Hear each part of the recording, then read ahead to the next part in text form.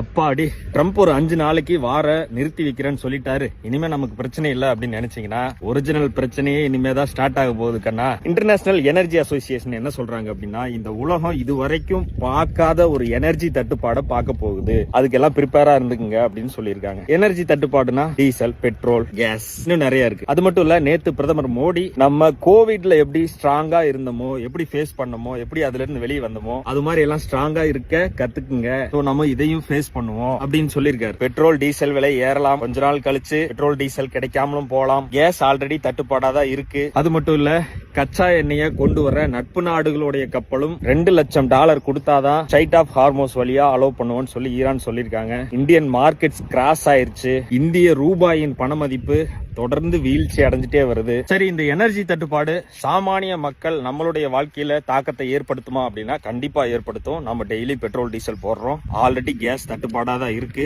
IT companies எல்லாம் already work from home கொடுத்து அனுப்பிச்சிட்டாங்க. ஒரு சில ஹோட்டல் க்ளோஸ் பண்ணிட்டாங்க. சரி, எனர்ஜி தட்டுப்பாடு ஆனா ஆயிட்டு போகுது, என்கிட்ட போன் இருக்கு, சார்ஜ் போட்டுவிட்டு போன் பார்த்துட்டு ஜாலியா படுத்துக்குவேன் அப்படின்னு நினைச்சீங்கன்னா, உங்க போனுக்கு வர டவர் இருக்கு இல்லையா, அந்த டவரும் கரண்ட் இருந்தாதான் ஒர்க் ஆகும். ஒரு நாட்டோட பிரதமர் சும்மா ஒரு அறிக்கை கொடுக்க மாட்டார் இல்லையா. So something big is going to happen. Whatever happens, stay strong, stay positive. நல்லதே நினைங்க, நல்லதே நடக்கும்.